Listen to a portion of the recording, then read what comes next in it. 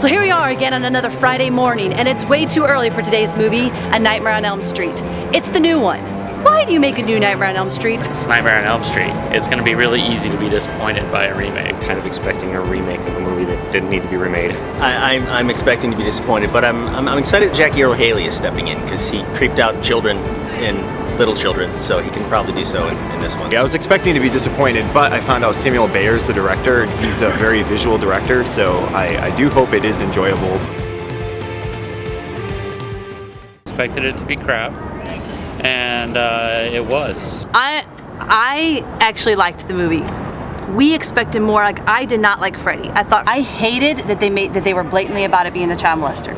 I thought that was completely unnecessary and just creepy and disgusting, and the whole having her on the bed, like about to pretty much rape her and molest her. I think in the originals, the reason that the nightmares worked is, yeah, Freddy was a child molester and he was a monster, but there was something kind of likable about him in a creepy way. Like, he was having fun doing what he was doing. He enjoyed it. Good creepy. Yeah. This was guy, bad creepy. I think the original Freddy was like, he was fun but scary. This guy, they tried to make him darker and creepy, but they didn't make him creepy, they just made him gross. I like the fact, because what he represents is ultimate evil. I mean, if you look at it based on what the Craven character was, he was ultimate evil, almost, and then, you know, incarnate at the point where he gets brought into the real world. So it didn't really gross me out, because if you're looking at ultimate evil, yeah, he's gonna be like that. And he wasn't throwing out the Robert Englund zingers that got to be so zany that you stopped taking him seriously. The zingers, quote unquote, that he threw out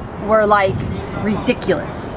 Like at least Freddy, original Freddy was kind of funny and charming, and likable, you kind of like him. Scary way, yeah. But this guy would say stuff, and I was like, "Shut up!" Yeah. It's ridiculous. It's okay. You're right. It's kind of like the nerd in school who's trying to throw out those lines, and it's just coming off. He wasn't likable, but he wasn't scary either. He was just like, I didn't want to watch it.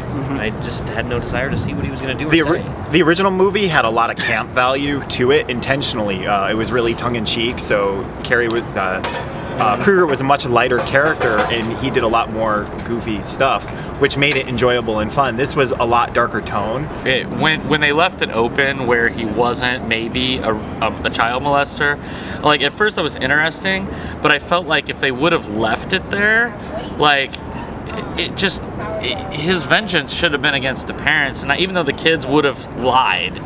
Like, if he loved the kids that much. I thought that was an interesting idea. Did you not? That maybe they actually lied? Yeah, but that's why it was a little disjointed, because it's like, so we're supposed to feel sorry for the victim, but I hate when movies do that now, when they just can't let a bad guy be a bad guy. They always have to make him sympathetic and show you his motivation and why he became this bad guy. I like that. I don't think they did. He's just bad. No, I think Freddy in the originals was bad for the sake of being bad. He was not sympathetic. They didn't make any excuses for it, and you still liked him in a way. Yeah. Like, you still that was the diluted factor. That was, again, in New Nightmare, that was kind of part of the point, was like, he's everyone's buddy now. We love Freddy. We're cheering for him.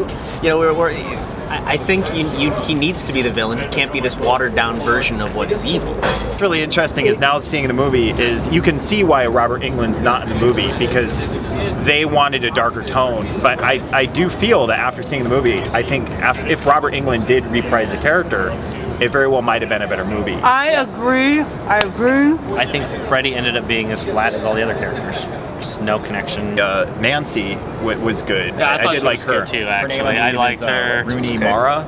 But all the other teen actors, I didn't think were very good. The adult actors, I thought, were also. I thought the adult actors were the worst of the whole entire. No, the MILF from Friday Night Lights, she always does well. There's no reason. Oh, I thought they were awful. And then the guy I'm going to leave now, Nancy. Carnival.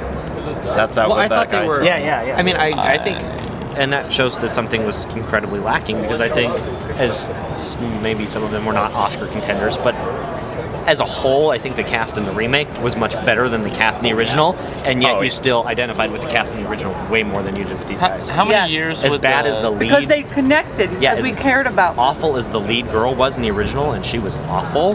She was more likable than the lead. But they had personality. In the first one, they actually showed some of their personality in the movie. Where this is like every single person's like, I'm dark and sad and lonely. I think like now a lot of days what you're doing is you're not seeing character development, and even in a horror movie, I think character development's important. You don't need a lot, but you need something. You need like a basis for for you to have some emotion. So that way, when they die, you're like, shit, they died. You know, that to me is something that the lower budget movies seem to do it more than the bigger budget. You know, these bigger budget horror movies, they're just all very flashy. The last 10 years, I think the best horror movies that I've seen, which people probably disagree, like 28 Days Later. Yeah. I like that was low budget comparatively. I liked The Strangers, very low budget. Quarantine, low budget. Paranormal Activity, obviously, no budget. Yeah, because there's so much too. Like what Hitchcock did is implied. You don't need to show everything. Sometimes like implied violence carries on so much more than seeing someone. That's why like the movies like Saw, you know, they might be fun to watch, but they're not really scary. They're just murder porn, yeah. I think the reason it goes back to that whole thing what I was saying about the remakes and bigger budgets and everything is that as filmmakers we get these ideas and we want to do stuff that's really freaking cool. But you know, it allows us to not focus on the story and not to focus on how to tell little, because now we don't have to. Yeah. Now we can, and that's why you know, I can't think of a single huge budget horror that I like. Currently working on helping market and produce a horror movie called Straight On to Morning, and we don't have a lot of money, so what we're doing is we have very strong characters. We have a very strong female lead. We have a very strong male lead, and through the story is how we're going to be able to convey, you know, all these things that we can't show because we just don't have the money to do. And I've started doing, because the next script I'm writing for us to make is a horror, much more of a traditional horror than In the Darkness. And I'd never done horror. That's not a genre I've worked in before. So I started reading a lot of horror scripts because my big question was, okay, now how much of the scary is actually on the page, and how much of the scary comes from the director and is just kind of alluded to on the page and, you know, left up to actual production. And so I started reading big horror movies, Nightmare on Elm Street, Friday the 13th, Jaws, like Aliens, things like that.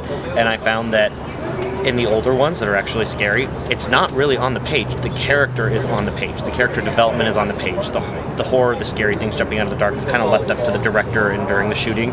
And I think from these ones, I think much more of the horror is probably on the page and not much character development at all. Well, I think You connect to the character. When you don't connect to the character, you don't care what happens to them. I wonder if that's what they were trying to do with the blonde who you thought was going to be Nancy but wasn't. Like they were trying to actually make you like her because she wasn't. More than anybody else. Well, but the only reason we thought that was because we missed the other Nancy when they said Nancy at the beginning. Yeah, she was So they in didn't it very intend it little, to. and I actually thought she was the most well-developed, likable character in the entire movie. Oh, I didn't want her to agree with die. you. But I I think completely that agree. She was the only one I cared if she died. Yeah. Whereas, When like, she you know, died on the bed, I was like, wait a minute, is she actually dead? Like, I thought this was the lead. So I thought that was his dream. Oh, And yeah, I thought that they were something going to was bring going it back, that she wasn't really dead. That was his dream. And then when all of a sudden he's running out, I'm like, oh, that scene's over. That's Christina, the one that gave it up in the original one. So well done, blonde girl who's in the beginning of the movie that dies. Yeah.